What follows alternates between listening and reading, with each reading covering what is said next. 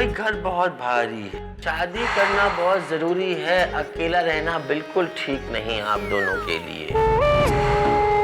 लुबनापी, it's a haunted house.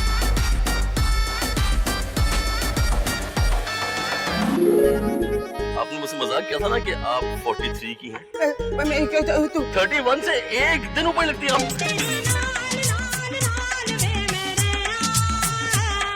Date पे जाने की तैयारी हो रही है। मैं तेरे लिए तो डेडी ढूंढ रही हूँ। बहुत जल्दी तेरी कमी पूरी हो जाएगी बबली। अरे पकड़ इसको। कितनी बार मुबश्शिर से कहा था कि इस औरत का चाल चलन ठीक नहीं लगता मुझे। पता नहीं सोसाइटी में लोगों को इतनी आग क्यों लगती है जब एक बेवा दूसरी शादी करने की कोशिश करती है। खैर शादी तो मैं तुम्हारी भी नहीं होने दूंगा।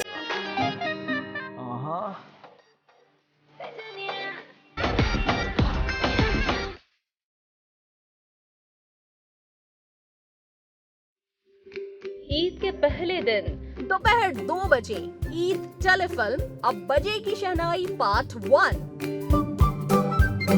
ईद कुर्बान के रंग TV1 के संग।